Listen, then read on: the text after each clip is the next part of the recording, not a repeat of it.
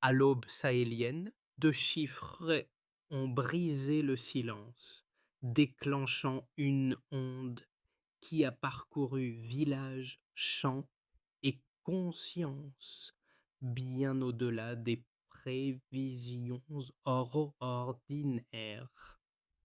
Alors que l'effondrement agricole était annoncé, une promesse colossale a défié climat, modèles et récits extérieurs, réveillant une mobilisation inattendue, faite de gestes concrets, d'attentes mêlées et d'une tension collective difficile à contenir. En quoi, comment cette décision, portée par Ibrahim Traoré, peut-elle changer votre horizon et redéfinir ce que vous pensiez immuable face à la sécheresse? Un futur inattendu s'esquisse ici, lentement, sous la poussière. Ce récit promet une lecture différente d'un projet souvent réduit à une provocation ou à une illusion. Il ne s'agit pas de prouver un succès définitif, mais de comprendre ce qui se joue d'Auschwitz lorsqu'un pays décide de déplacer ses propres limites, malgré un environnement hostile et un scepticisme international persistant. Pour, pour le lecteur, l'enjeu est clair. Saisir comment une initiative agricole devient un révélateur politique, social et psychologique capable de modifier les comportements bien avant de transformer les paysages. En suivant cette trajectoire, chacun peut mesurer ce que signifie reprendre prise sur un avenir que l'on croyait confisqué par le climat, la dépendance ou les récits venus de l'extérieur. Le risque, lui, est réel. Un échec visible renforcerait les caricatures déjà installées et fragiliserait une dynamique collective naissante.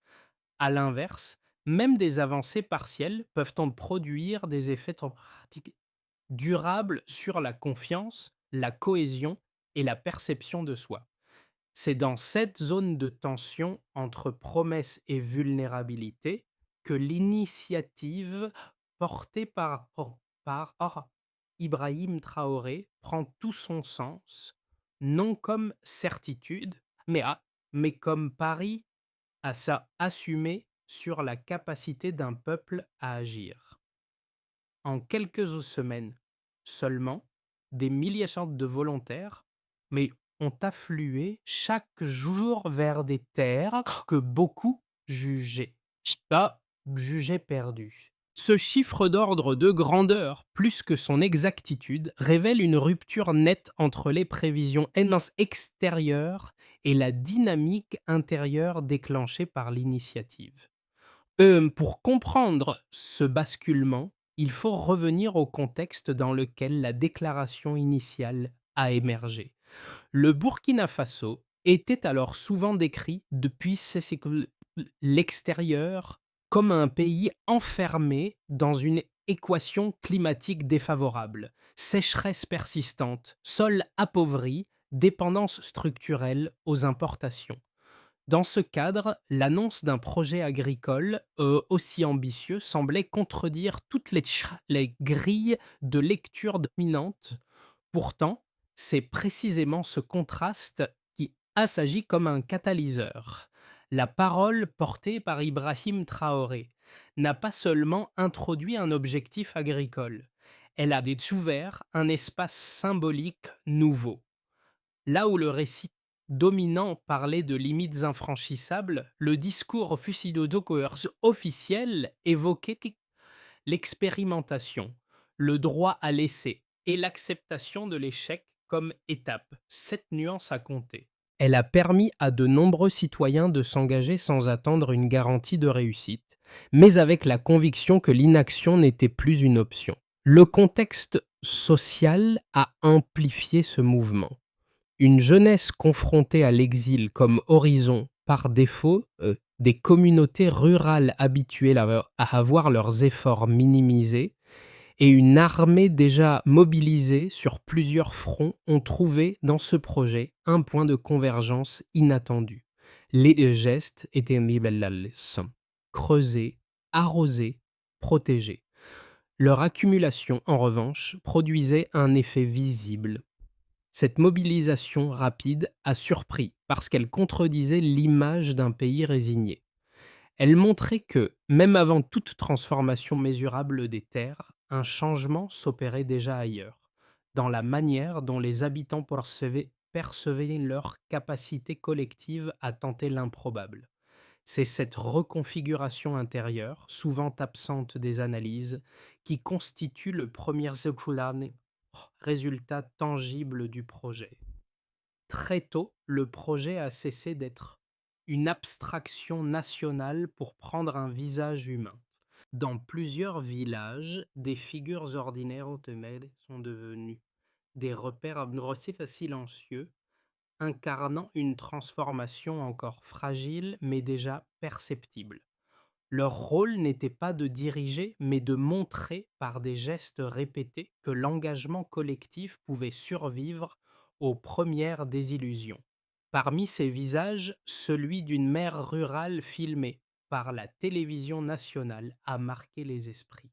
Elle expliquait simplement qu'elle n'avait jamais goûté au chocolat, mais qu'elle souhaitait voir ses enfants en produire en un jour. Cette phrase, presque anodine, a déplacé le centre du récit. Le projet n'était plus évalué uniquement à l'aune des rendements futurs, mais à travers une projection intime, transmise d'une génération à l'autre. L'impact précoce se mesurait alors moins en hectares qu'en récits partagés. Dans un autre registre, des jeunes volontaires, autrefois tentés par le départ, ont endossé un rôle de protecteur. Ils surveillaient les jeunes plants, repoussaient repoussant le bétail, improvisaient des clôtures avec des moyens rudimentaires. Ces actions n'avaient rien d'héroïque au sens classique, mais leur régularité créait une nouvelle discipline collective. Chaque matin recommencé devenait une affirmation discrète de responsabilité. Ce glissement est essentiel. Avant même que les résultats agricoles ne soient visibles, une modification des comportements était déjà à l'œuvre. Les habitants passaient du statut d'observateurs sceptiques à celui d'acteurs impliqués, conscients de la fragilité de l'entreprise, mais décidés à ne pas l'abandonner trop tôt. L'impact précoce tient donc en une idée simple, mais tenter ensemble. Cela change déjà quelque chose. Au départ, tout s'est enclenché brutalement. Avant de l'annonce, les terres visées étant perçues comme marginales, promises à l'abandon saisonnier. Après la déclaration, les mêmes espaces sont devenus des points de ralliement. On y arrivait à l'aube, en béquet, et parfois sans consigne précise, avec des seaux, des pelles, des tuyaux improvisés. Le changement n'était pas technique, il était temporel. Le pays entrait dans une séquence nouvelle, accélérée, où chaque jour comptait. La phase d'activation a été chaotique. Les premiers semis ont souffert presque immédiatement. Le soleil écrasait les jeunes plants, les pluies tardaient, le bétail errait librement. Des rangées entières disparaissaient en quelques heures. Avant, ces pertes auraient confirmé l'inutilité de l'effort. Après, elles sont devenues des motifs de recommencement. On replantait, on déplaçait. Bah ouais, on apprenait en marchant, ça c'est tout sans protocole stabilisé. Et puis là est venue la montée en tension. Dans ça, et que les critiques extérieures se sont intensifiées à mesure que les images de plans flétris circulaient. Des colas de titres ironiques, des commentaires sceptiques, d'arambas et des prédictions d'échecs se sont accumulées. À l'intérieur du pays, l'effet a été paradoxal. Loin de décourager, cette pression a soudé. Les volontaires ont renforcé les patrouilles nocturnes, érigé des clôtures de fortune, organisé des tours de surveillance. Le projet cessait d'être une expérimentation diffuse pour devenir une lutte quotidienne. C'est dans ce contexte que Ibrahim Traoré est réapparu publiquement. Non pour annoncer un succès, mais pour assumer l'échec visible. Mais tenant des plans morts, il a insisté sur la nécessité de se relever parce qu'après chaque chute, ce moment marque un basculement symbolique. Avant, l'initiative pouvait être perçue comme un pari lancé d'en haut. Après, elle prenait la forme d'un engagement partagé où la perte faisait partie du chemin. La deuxième année a durci la séquence. Une sécheresse plus sévère a frappé des vergers déjà fragilisés. Chaque semaine semblait effacer les progrès précédents. Certains anciens rappelaient d'autres tentatives agricoles avortées. Le doute revenait, plus lourd. Pourtant, un noyau de participants persistait. Ils réorganisaient les pépinières, ajustaient les protections, mutualisaient les efforts. Le rythme ralentissait, mais la direction ne changeait pas. La rupture suivante est survenue sans spectaculaire immédiat. Quelques plans ont résisté. Peu nombreux, mais visibles. Leur survie a redonné une orientation claire. À partir de là, l'énergie s'est déplacée. Moins de dispersion, plus de méthode. Des formations ont émergé, des centres de recherche modestes ont été installés. Le projet entrait dans une phase d'apprentissage structuré. Cette ligne d'événements montre un enchaînement précis. Annonce, chaos, tension, résistance, ajustement. Avant, l'histoire parlait d'impossibilité. Après, elle racontait une persistance organisée. Ce passage ne garantissait rien, mais il rendait le retour en arrière psychologiquement improbable.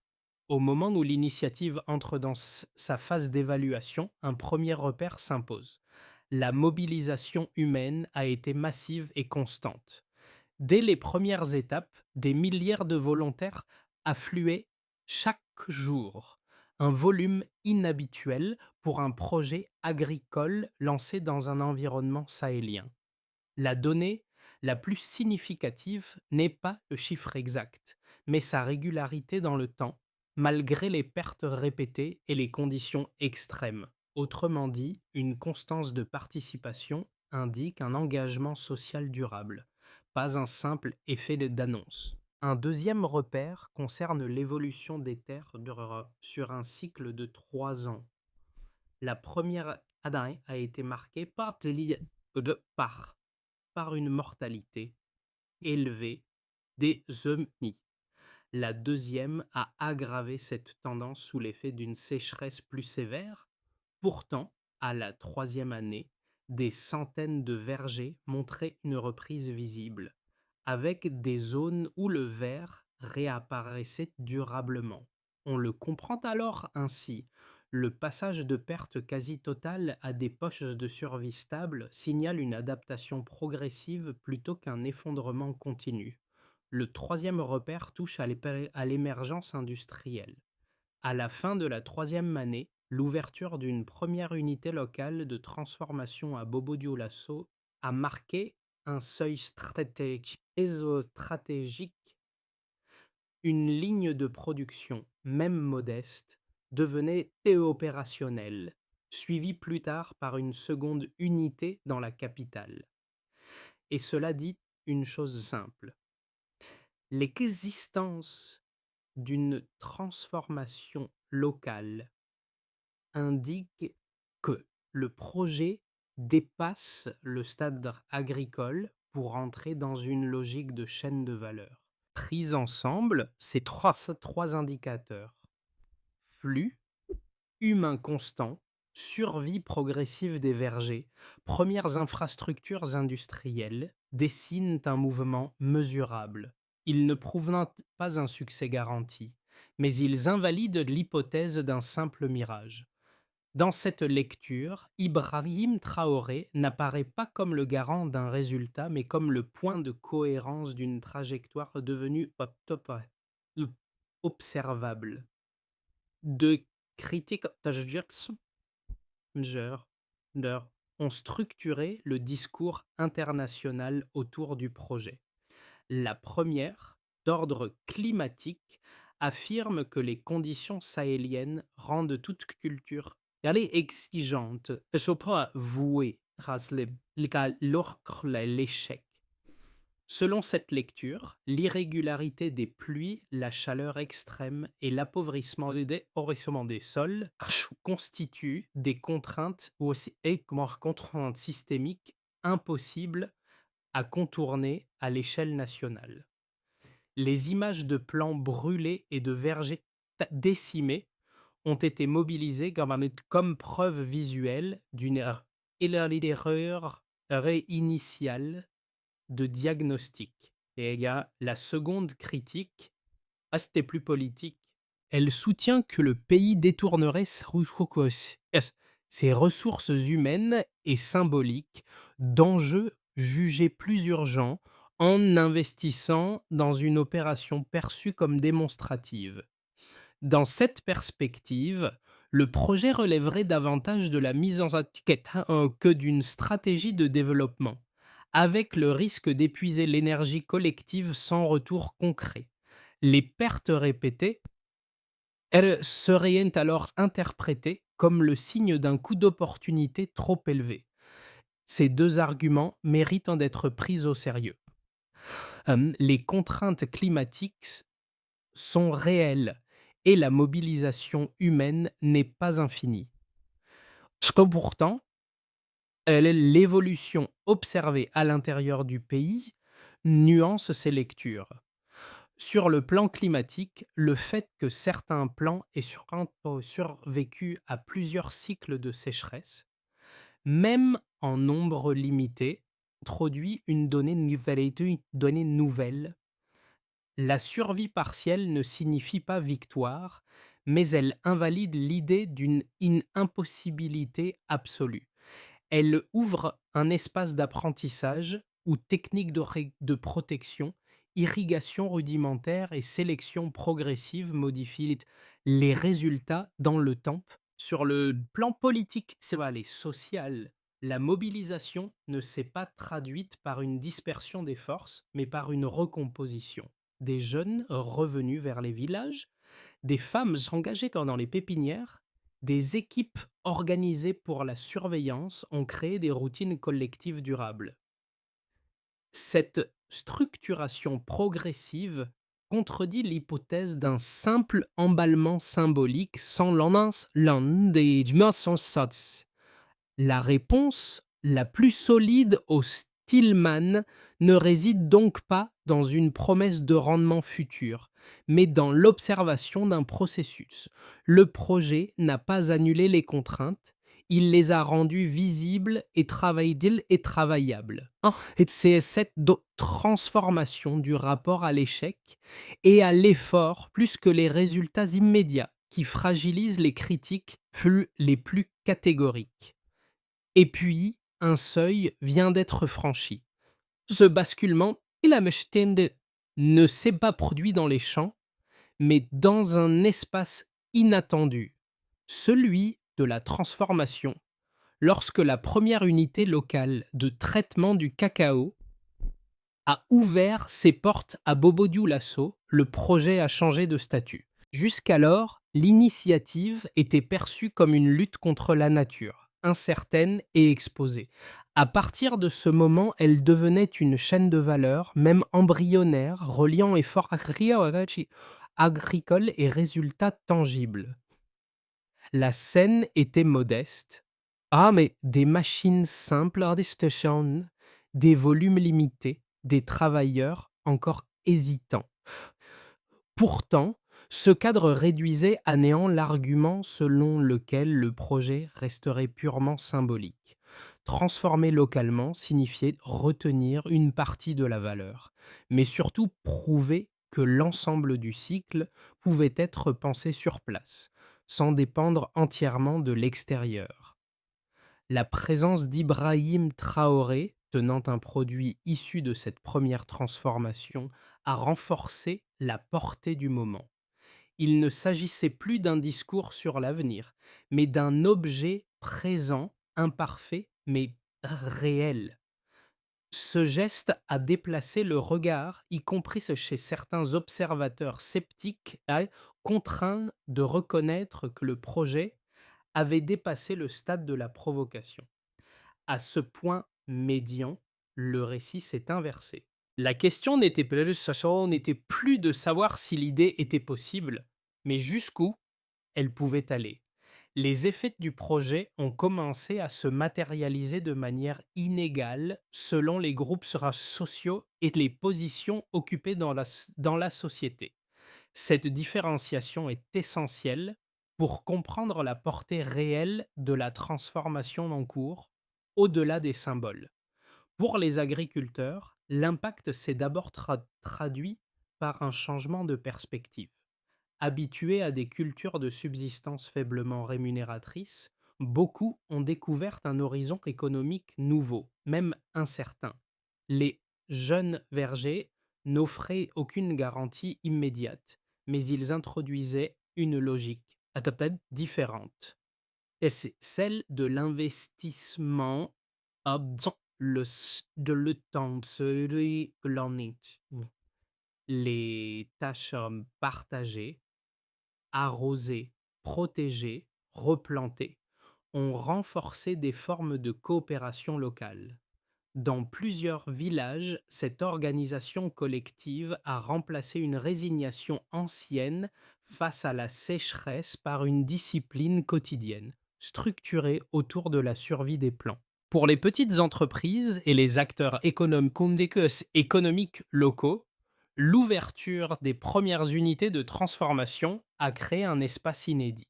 Transporteurs, artisans, coopératives féminines et vendeurs locaux ont commencé à s'insérer dans une filière encore fragile mais réelle.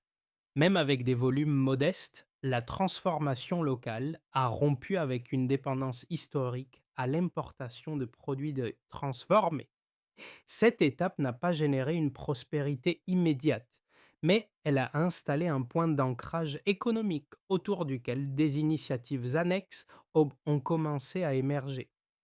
Pour les jeunes, les conséquences ont été plus intimes. Beaucoup envisageaient auparavant le départ comme seule issue. Le projet leur a offert une raison de rester, non par obligation, mais par engagement. Protéger les vergers, apprendre de nouvelles techniques, travailler en groupe ont modifié leur rapport au territoire. Cette implication a redonné une valeur sociale à des gestes longtemps considérés comme inutiles ou condamnés. Dans ce contexte, les appels répétés d'Ibrahim Traoré à l'autodétermination ont trouvé un écho concret dans le quotidien, bien au-delà du registre politique. Enfin, pour le pays et la région, les répercussions ont pris une dimension plus stratégique. Les premiers signes de transformation ont attiré l'attention de pays voisins, longtemps sceptiques, désormais curieux. Le Burkina Faso est progressivement observé comme un laboratoire d'autonomie agricole dans un environnement contraint. Cette visibilité nouvelle a modifié les équilibres symboliques. Un territoire souvent décrit comme dépendant devenait un espace d'expérimentation suivi de près.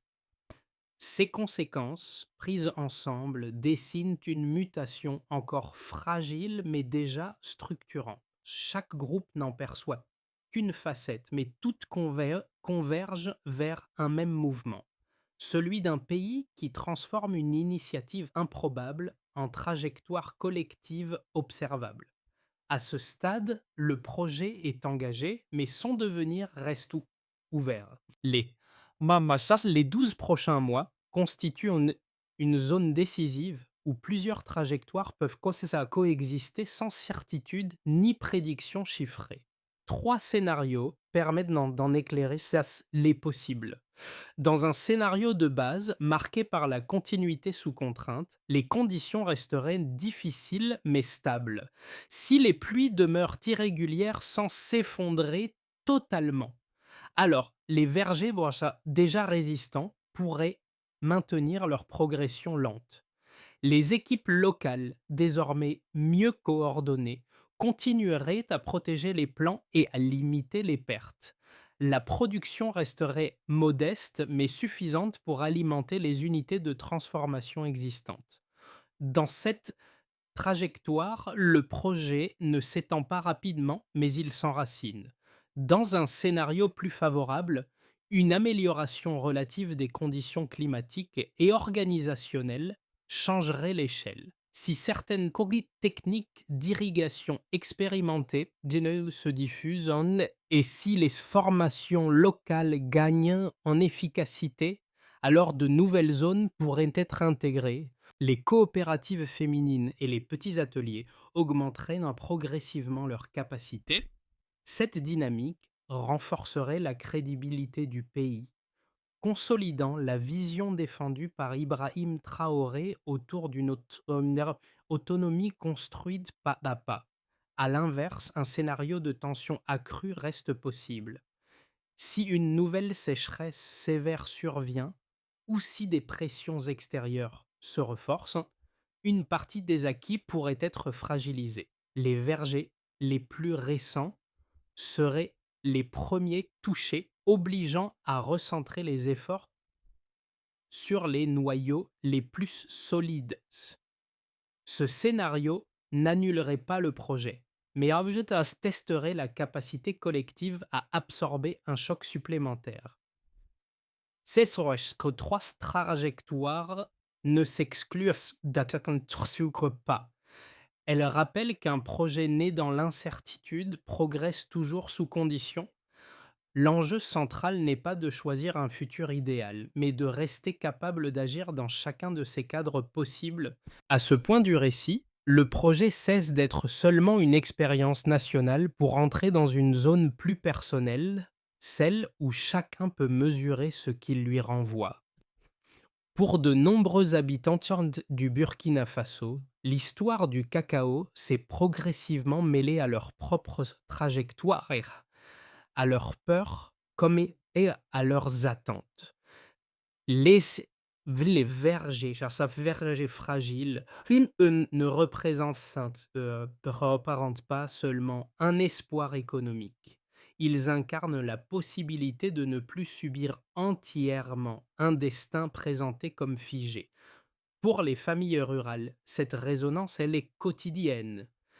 Observer un plan survivre après des mois de sécheresse modifie le regard porté sur l'avenir. Oh, ce n'est pas une garantie, mais un signe. Ces gestes répétés, arroser, protéger, attendre, redonnent une valeur au temps long dans des contextes où l'urgence dominait tout. Cette patience reconstruite agit comme un contrepoids à la résignation. Pour les jeunes, l'impact est encore plus direct. Beaucoup avaient intégré l'idée que leur avenir se trouvait ailleurs. Le projet leur a offert une alternative imparfaite mais concrète. Rester pour construire quelque chose, même fragile, apprendre à cultiver un arbre inconnu, collaborer avec d'autres volontaires, défendre un territoire commun, un maté en état, ont transformé leur rapport à l'effort. Dans cette expérience, les discours d'Ibrahim Traoré sur la dignité et l'autodétermination cessent d'être abstraits. Ils prennent corps dans des choix quotidiens. Pour ceux qui observent de l'extérieur, diaspora, citoyens africains, spectateurs internationaux, le récit agit différemment. Il interroge les certitudes sur ce qui serait possible ou non dans des contextes assez contraintes. Il rappelle que la résilience ne se mesure pas seulement en résultats finaux, mais en capacité à persister, à apprendre et à se réorganiser. Cette histoire invite ainsi le lecteur à une réflexion plus large. Que signifie soutenir un effort collectif sans attendre une réussite immédiate? Et quelle place accorde-t-on aux tentatives imparfaites dans notre manière de juger les trajectoires des autres dans Valère Maya? Pour que l'élan observé ne s'érode pas, une structuration progressive s'impose. La première étape concerne l'organisation locale. Si chaque village consolide des équipes dédiées à la surveillance et à l'entretien des vergers, alors les pertes liées au bétail, aux aléas climatiques peuvent être limitées. Cette action repose moins sur des moyens nouveaux que sur la stabilisation de routines partagées déjà partiellement en place. Le deuxième levier touche à la formation continue.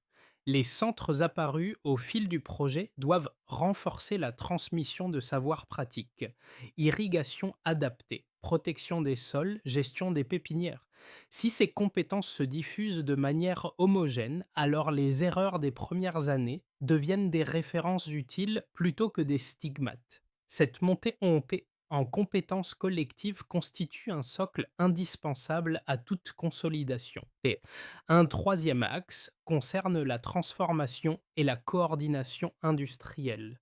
Les unités existantes doivent aligner leurs capacités sur les volumes réellement disponibles. Si les calendriers de production restent réalistes et flexibles, alors la filière peut éviter les ruptures brutales. Dans cette phase, la vision portée par Ibrahim Traoré joue un rôle de cohérence en rappelant que l'autonomie se construit par étapes, sans précipitation. Enfin, un quatrième levier s'ouvre vers la coopération régionale. Le partage d'expériences avec des pays voisins confrontés à des contraintes similaires peut renforcer la résilience globale. Si ces échanges restent pragmatiques et limités, alors le projet conserve son ancrage local tout en élargissant ses marges d'apprentissage. Cette feuille de route n'offre pas de certitude, mais elle trace un chemin praticable, fondé sur l'ajustement continu plutôt que sur la promesse d'un succès immédiat. Dans les villages où l'initiative a pris racine, certaines images persistent avec une force particulière.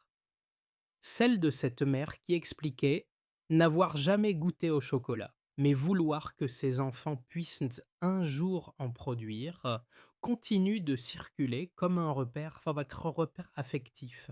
Elle ne parlait ni de rendement, ni de marché, mais de transmission. Ce visage ordinaire est devenu un fil conducteur silencieux du projet. Avec le temps, ces scènes ont gagné en épaisseur. Les gestes répétés autour des jeunes plants, la vigilance face aux animaux, l'attention portée à chaque pouce fragile ont transformé des routines en rituels. Ce qui semblait au départ dérisoire a fini par construire une forme de continuité, reliant efforts individuels et horizons collectifs. Le projet s'est inscrit dans les corps avant de s'inscrire dans les discours. Les paroles d'Ibrahim Traoré évoquant la dignité et la capacité à se relever trouvent ici leur résonance la plus juste. Elles ne prennent pas sens dans les annonces officielles, mais dans ces gestes modestes, des tasks qui refusent l'abandon. Le cacao devient alors moins une culture qu'un miroir reflétant une manière nouvelle de se percevoir comme communauté capable d'essayer encore. Même imparfaite, cette persistance raconte quelque chose d'essentiel. Au fond, la dignité peut pousser en terrain aride. L'histoire du cacao au Burkina Faso ne se referme pas avec les premières transformations locales, ni avec les images encore fragiles de vergers verdoyants. Elle continue de se déployer dans chaque décision quotidienne, dans chaque effort répété malgré l'incertitude. Ce projet, né d'un pari jugé excessif, s'est transformé en un espace de réflexion plus large sur l'autonomie, la persévérance et la capacité collective à redéfinir ses propres limites. Pour ceux qui observent cette trajectoire, la question n'est plus seulement de savoir si l'initiative réussira pleinement. Elle invite plutôt à interroger notre manière d'évaluer les tentatives venues de contextes contraints. Que valorisons-nous réellement, les résultats immédiats ou la construction patiente d'une alternative? Dans ce regard porté sur le Burkina Faso se joue aussi une manière de reconnaître la légitimité d'un chemin singulier. La démarche portée par Ibrahim Traoré ne demande pas une adhésion aveugle, mais une attention honnête. Elle propose de considérer que des projets imparfaits peuvent néanmoins produire des transformations profondes, sociales autant que symboliques. Suivre cette évolution, c'est accepter de rester dans la nuance, loin des jugements rapides. La discussion reste ouverte. Ouais. Comment choisissons-nous d'accompagner, de comprendre ou simplement d'écouter les récits qui émergent en marge des centres de pouvoir, mais qui portent une détermination silencieuse et durable